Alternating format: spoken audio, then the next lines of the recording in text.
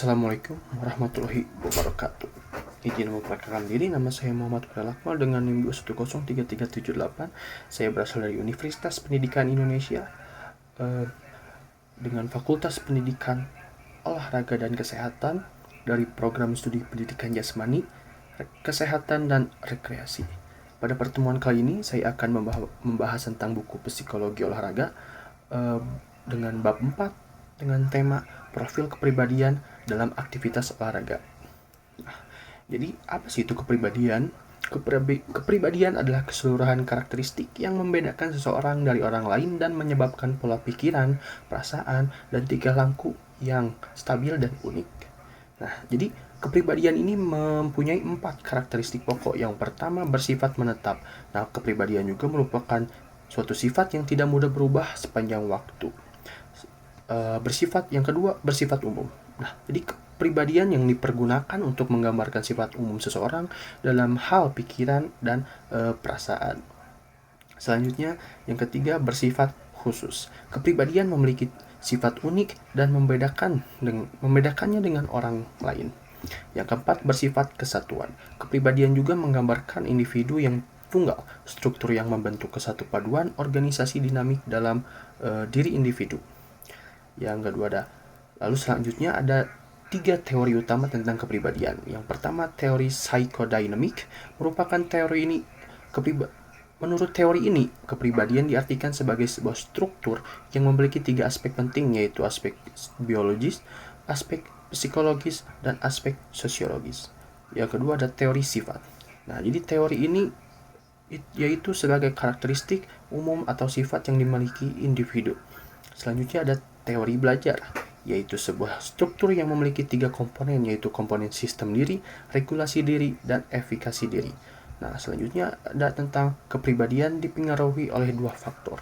Nah, faktor yang pertama, faktor genetik. Faktor ini berasal dari dalam individu. Yang kedua ada faktor lingkungan. Faktor ini berasal dari luar individu. Faktor ini terdiri dari 4 subfaktor. Yang pertama ada budaya, kelas sosial, keluarga, dan teman sebaya. Nah, jadi hal ini juga sudah dibuktikan oleh beberapa hasil penelitian. Yang pertama ada hasil penelitiannya, yaitu ada korelasi antara profil kepribadian dan penampilan olahraga yang biasanya berkorelasi positif. Lalu ada sifat-sifat tertentu dapat berfungsi lebih baik dalam cabang olahraga tertentu. Nah, atlet memiliki profil kepribadian yang berbeda dari bukan atlet.